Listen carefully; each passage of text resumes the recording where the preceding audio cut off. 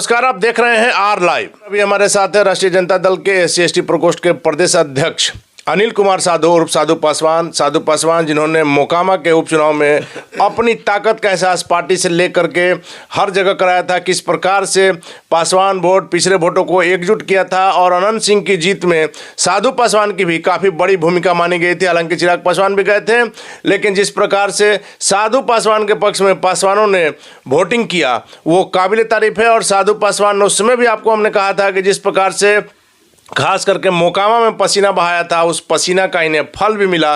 साधु जी, कुढ़नी चुनाव आ गया है, इसमें आपकी क्या भूमिका रहेगी?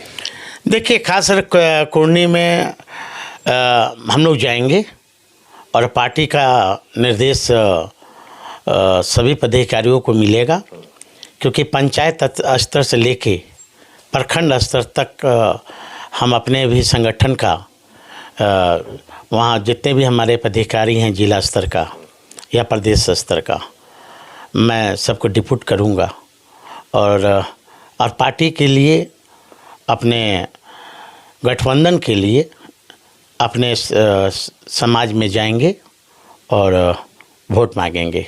जिस प्रकार से मोकामा में आपने अपना जलवा दिखाया था, कुढ़नी में भी दिखा पाएंगे?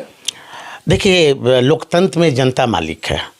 हमारा प्रयास है हम अपने समाज में और अपने बहुजन के बीच जाएंगे और जो केंद्र की सरकार है और उसके विफलता क्या है, खासकर शेड्यूल कास्ट के बारे में मैं उन्हें बताऊंगा।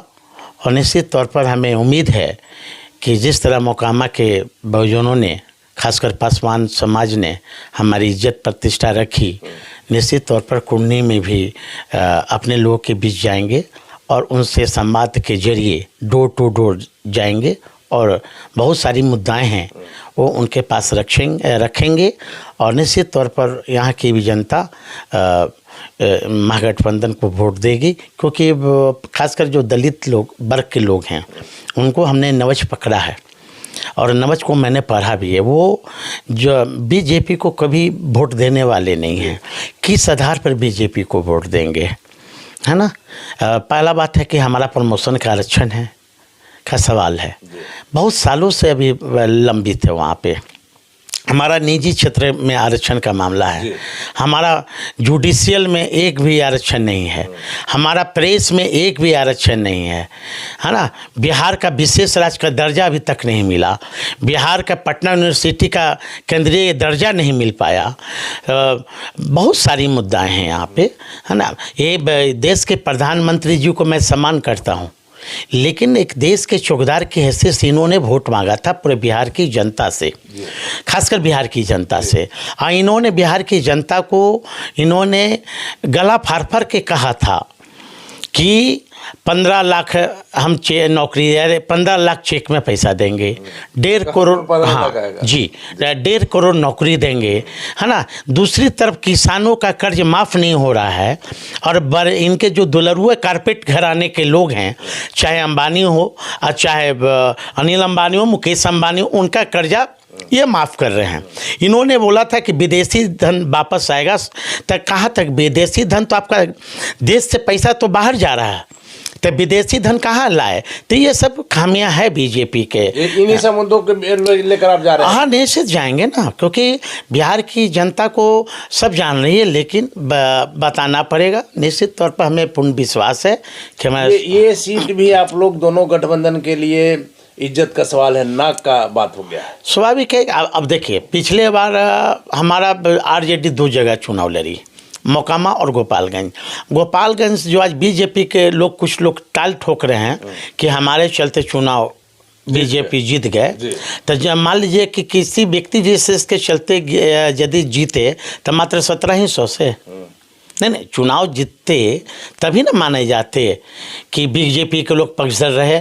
जब 20,000 30,000 से चुनाव लीडिंग होता है ना, उसको माना जाता है कि नहीं भाई यहाँ सब बीजेपी को लोग दिया। वो सीट पहले से आपकी थी? पहले से वो सीट हमारी थी, है ना? 1500-1700 वोट से लोग ताल ठोक रहे हैं कि हमारे बीजेपी के कहने पर वोट आया। ये सब ये नहीं है, बिहार की जनता जान रही है ना? अब तो मैं तो कह रहा हूँ कि नरेंद्र मोदी जी जो हमारा नौजवान चाहे कोई भी समाज जाति धर्म के रहो, वो पिछले बार क्या नारा लगाते थे, हर हर मोदी घर घर मोदी। अब वही नौजवान सड़क पर पकौड़ा बेच रहे हैं, है ना। वही नौजवान अब नारा लगा रहे हैं कि गड़बड़ मोदी बरबर मोदी लगा रहे हैं ना। इसलिए हमें अपना काम करते रहना है और हमने अपने पार्टी के लिए, अपने गठबंधन के लिए काम करना है। मुझे ओवैसी के जवाब में आप लोग इस बार मुकेश सहनी को लाए हैं क्या? देखिए, ओवैसी बीजेपी का कौन कौन बी टीम है, बिहार के लोगों को पता चल गया है कि बी टीम कौन है ना। और जहाँ तक सानी एक प्रदेश के नेता हैं, उनकी भी पार्टी है। उनके खड़ा होने से सीधा फायदा आपको मिल रहा है। अब क्या मिलेगा, जनता मालिक है। लेकिन मुकेश सहनी का दावा है कि हमारी लड़ाई बीजेपी से नहीं, महागठबंधन से है। अब क्या होगा, किससे लड़ाई है, बिहार की जनता निश्चित तौर पर रिजल्ट निकलने दीजिए। लेकिन साधु जी, आपने अपना सिटिंग सीट दे दिया जदयू को। वो देखिए, वो गठबंधन में होता है, ऐसा कोई नहीं, हमारे शीर्ष नेतृत्व का ये मामला है। लेकिन मुख्यमंत्री दोनों जगह नहीं गए थे। यहाँ कुटनी में सुनने में आ रहा है कि मुख्यमंत्री जी का 2 दिन सभा होने वाला है। अब देखिए, स्वाभाविक है कि माननीय मुख्यमंत्री जी की तबीयत अस्वस्थ थी, सभी लोग जानते हैं, आप लोग भी जानते हैं। लेकिन यहाँ हमें है कि बीजेपी से हमारी लड़ाई है। महागठबंधन में सब ठीक ठाक है ना साधु जी? तो आपको क्या लग रहा है, महागठबंधन में ठीक नहीं होता? तो आज जो एक केंद्र की सरकार ने बोला कि हम 1.5 करोड़ नौकरी देंगे, और हमारे जो सरकार बनी है, नहीं बनी है सरकार, आपने भी दिया नौकरी भैया। लेकिन पहले से वो तो नहीं। अच्छा ठीक है, मान लीजिए नरेंद्र मोदी जी तो 10 साल पहले बोले थे कि 1.5 करोड़ नौकरी देंगे, उन्होंने नहीं दिया। लेकिन हमारी जो सरकार है, तेजस्वी जी की जो सरकार है, नीतीश जी की सरकार है, वो तो आप तो देख ही रहे हैं ना सारे। लेकिन साधु जी, आपने उन्हीं कैंडिडेट में से देखा होगा कि कई महीने से नौकरी कर रहे हैं, नियुक्ति पत्र उनको इधर मिला। मान लीजिए कहाँ हुआ बताइए ना आप। स्वास्थ्य में दिए कि नहीं दिए? हम लोगों ने नहीं दिए है ना, दिए कि नहीं दिए? अब वो बताए ना, देश का चौकीदार बतावे ना कि उन्होंने कितना दिया, वो बताए ना कि हमने नौकरी कितना दिया। लेकिन चलिए, आपने नौकरी दिया, क्या उन्हें आप तनख्वाह दे पाएंगे? बीजेपी का आरोप है कि तनख्वाह नहीं दे पाएंगे। सरकार बीजेपी सरकार चला रही है। सरकार आप चला रहे हैं? सरकार तेजस्वी जी और नीतीश जी चला रहे हैं ना। तनख्वाह कहाँ से देंगे?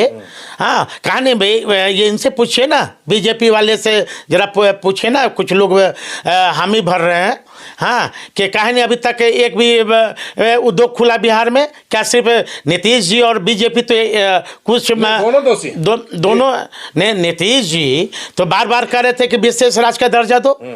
नीतीश जी तो बार बार कह रहे थे, क्यों नहीं केंद्र की सरकार दिए? बीजेपी को तो ये कहने का हक ही नहीं है कि बिहार पिछड़ा क्यों है। सरकार में साथ थे तो सब सही रहता, आप अलग हो गए तो सब गड़बड़ा गया। इसलिए ऐसा नहीं है, बिहार की जनता सभी जाति धर्म के लोग बूझ रहे हैं। अभी आपको अब देखिए ना, मोकामा में बरमसी समाज के लोगों ने वोट दिया, चढ़ भर कर दिया कुर्नी में। लेकिन कहा जा रहा है साधु जी कि अनंत सिंह बहुत बड़ा फैक्टर थे, कोई पार्टी से कोई जाति से मतलब। अनंत सिंह जी भी फैक्टर। देखिए, उम्मीदवार कोई भी होता है, पहला होता है उम्मीदवार पर लोग वोट करते हैं, फिर पार्टी के आधार पर वोट करते हैं। पार्टी भी फैक्टर होती है ना, है ना। कोई बहुत बड़ा रहे, मान लीजिए कि पार्टी भी फैक्टर है। ऐसा नहीं है कि उम्मीदवार भी फैक्टर होते हैं, पार्टी भी फैक्टर होते हैं, और उम्मीदवार का कार्यकलाप भी फैक्टर होता है। कुर्नी सीट आप लोग जीत रहे हैं कि क्या? देखिए, अभी हम कुर्नी गए नहीं हैं, है ना, जाने दीजिए। आता है फिर, लेकिन वहाँ जाने से वस्तु स्थिति पता चलेगी। जदयू को मिल गया इसलिए आप लोग एक्टिव नहीं है? नहीं, ऐसी बात नहीं है। जब गठबंधन होता है तो दिल खोलकर गठबंधन होता है। चलिए साधु जी, चलते एक आखिरी सवाल है कि बिहार में ये आरोप लगा रहा है विपक्ष, और देखने में भी आ रहा है कि विगत दिनों में जो क्राइम बढ़ गया है, आपने देखा होगा लगातार। सिर्फ आरा की बात करते हैं तो आपके चिराग पासवान जी भी 2 दिनों पहले गए थे, कई जगह उन्होंने जाकर पीड़ित के परिजनों से मिला, पीड़ित परिजनों से मिले, जिनकी हत्या हुई थी उनके परिजनों से मिले, और आरा में जो उन्होंने अपना पद यात्रा निकाला था, उसे क्या समर्थन मिला आपने देखा? देखिए, चिराग जी घूमे हैं, ठीक, अच्छी बात है, विपक्ष में हैं और अपने पार्टी के राष्ट्रीय अध्यक्ष हैं, है ना। और जहाँ तक क्राइम कंट्रोल की बात है, निश्चित तौर पर कुछ घटनाएं ऐसी घटी है जहाँ आपस में ज़मीन विवाद है ना। और इतना बड़ा प्रदेश है, ये तो हमारे मुख्यमंत्री जी खुद देख रहे हैं, और क्राइम पर कंट्रोल करना जरूरी है। लेकिन जमीन विवाद हो, प्रेम प्रसंग हो, हाँ। कोई भी मामला हो, हत्या तो हत्या होती हत्या है। तो हत्या जो होती है। हत्या किया उसको गिरफ्तारी होना चाहिए। हाँ, गिरफ्तारी हो रहे हैं ना। और जिस प्रकार से चिराग पासवान बिहार में विपक्ष की भूमिका निभा रहे हैं, इतना ज्यादा, अगर सिर्फ हारा की बात अभी हम कर रहे हैं, इसे तो पूरे बिहार में क्राइम बढ़ा हुआ है, लेकिन जिस प्रकार से चिराग पासवान ने जाकर के पीड़ित के आंसू पोंछने का काम किया, क्या आरजेडी का, जदयू के नेताओं का फर्ज नहीं बनता था? अब आंकड़ा उठा के देखेंगे, जहाँ तक क्राइम की रिपोर्ट की बात है तो बिहार से ज़्यादा बगल में हमारा पड़ोसी राज्य है, जहाँ का मुख्यमंत्री योगी जी हैं, वहाँ का क्राइम उठा के देख लीजिए ना। वहाँ तो खुलेआम माँ बहनें खुलेआम से 5 बजे के बाद 6 बजे के बाद निकल नहीं पाते हैं, है ना। लेकिन पीड़ित का आंसू पोंछने के लिए नहीं, जाना चाहिए और मैं खुद जाऊँगा, और कहीं गए भी हैं, जाना चाहिए, है ना।